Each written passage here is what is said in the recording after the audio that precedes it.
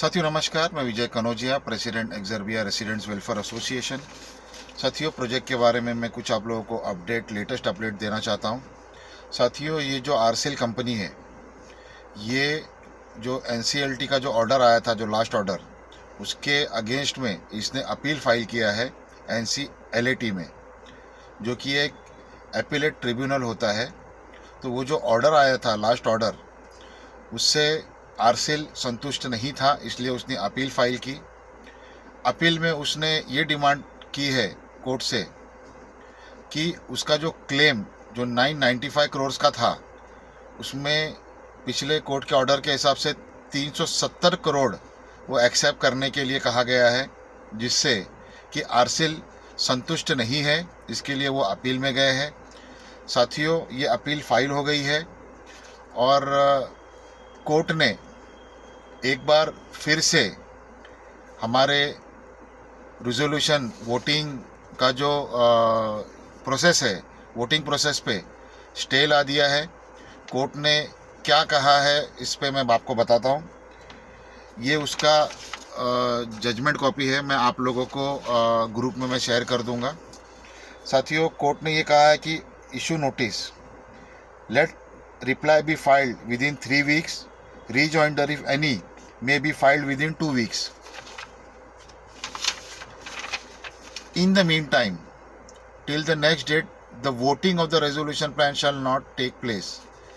मतलब जब तक नेक्स्ट डेट तक वोटिंग है जो रेजोल्यूशन प्लान पे, वो नहीं चले, उसे रोक दिया जाए, उस पर स्टे ला दिया जाए टिल द नेक्स्ट डेट। साथियों, जो नेक्स्ट डेट है वो है 19 नवंबर 2025। तो साथियों, इन शॉर्ट, हमारे जो वोटिंग का जो रेजोल्यूशन प्लान का जो वोटिंग है उस पर स्टे आ गया है टिल द नेक्स्ट डेट।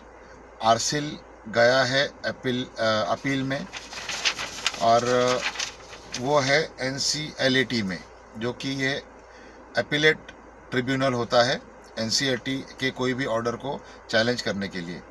साथियों, दूसरी बात मैं आप लोगों को ये बताना चाहता हूँ कि काफ़ी सारे फ़ोन हमें आते हैं, ग्रुप में भी लोग डालते हैं कि ये जो ईएमआई का जो मुद्दा है, लोगों को उनका घर भी नहीं मिला है, एम्यूनिटीज़ भी नहीं मिली है, लोग काफ़ी सालों से परेशान हैं, लेकिन बैंक उनका ईएमआई बराबर ले रही है और उनको प्रेशर आता है बैंक के पास से, उनके ऊपर चार्जेस लगाए जाते हैं, पेनल्टीज़ लगाई जाती है, और अलग अलग बैंकों से लोन है। साथियों, कहीं ना कहीं इसमें लोगों को राहत मिले, कोई सॉल्यूशन मिले, और जब तक कि हमारा प्रोजेक्ट कंप्लीट होने के कोई आसार नहीं दिखते, जब तक नया डेवलपर नहीं आता है, तब तक ये ईएमआई बैंक्स बंद करें, इसके लिए हम लोग कुछ सोच रहे हैं। इसके लिए हमारा स्टडी चल रहा है। साथियों, इसके लिए हम लोग एक सॉल्यूशन लेकर आने की कोशिश करेंगे जल्द से जल्द, ताकि सारे होम बायर्स को इससे राहत मिल सके।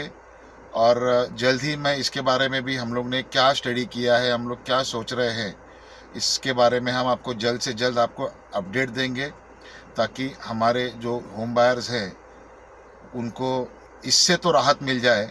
ये आरसेल कोर्ट में जाएगा, इसमें स्टे आ जाएगा। राहुल नाहर अक्सर्बिया कंपनी ने हमारे साथ गलत किया, कभी वो कोर्ट में चले गए, वो ये सब हो गया। तो ये सारे लोग कोर्ट के प्रक्रिया में, जब तक हमें इन चीज़ों से हमारा घर मिलने का हमें समाधान नहीं मिलता है, नया डेवलपर नहीं आता है, तब तक के लिए हम कोशिश करेंगे कि हम बैंकों से हमारा ईएमआई स्टॉप हो जाए।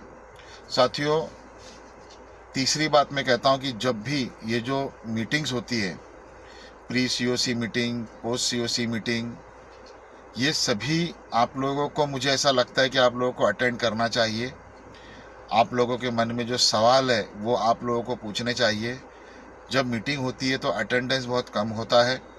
आप लोगों के हर मेंबर के जो अटेंड नहीं कर पाता, उसके मन में क्वेश्चन मार्क होता है कि मीटिंग में क्या बातें हुई, हमारा प्रोजेक्ट कहाँ तक पहुँचा है। तो मैं ये आप लोगों से अपील करूँगा कि आप लोग ये जो मीटिंग्स होती है उसको आप लोग अटेंड करिए। आज भी एक 4 बजे की मीटिंग है, वो भी आप लोग मीटिंग अटेंड करिए।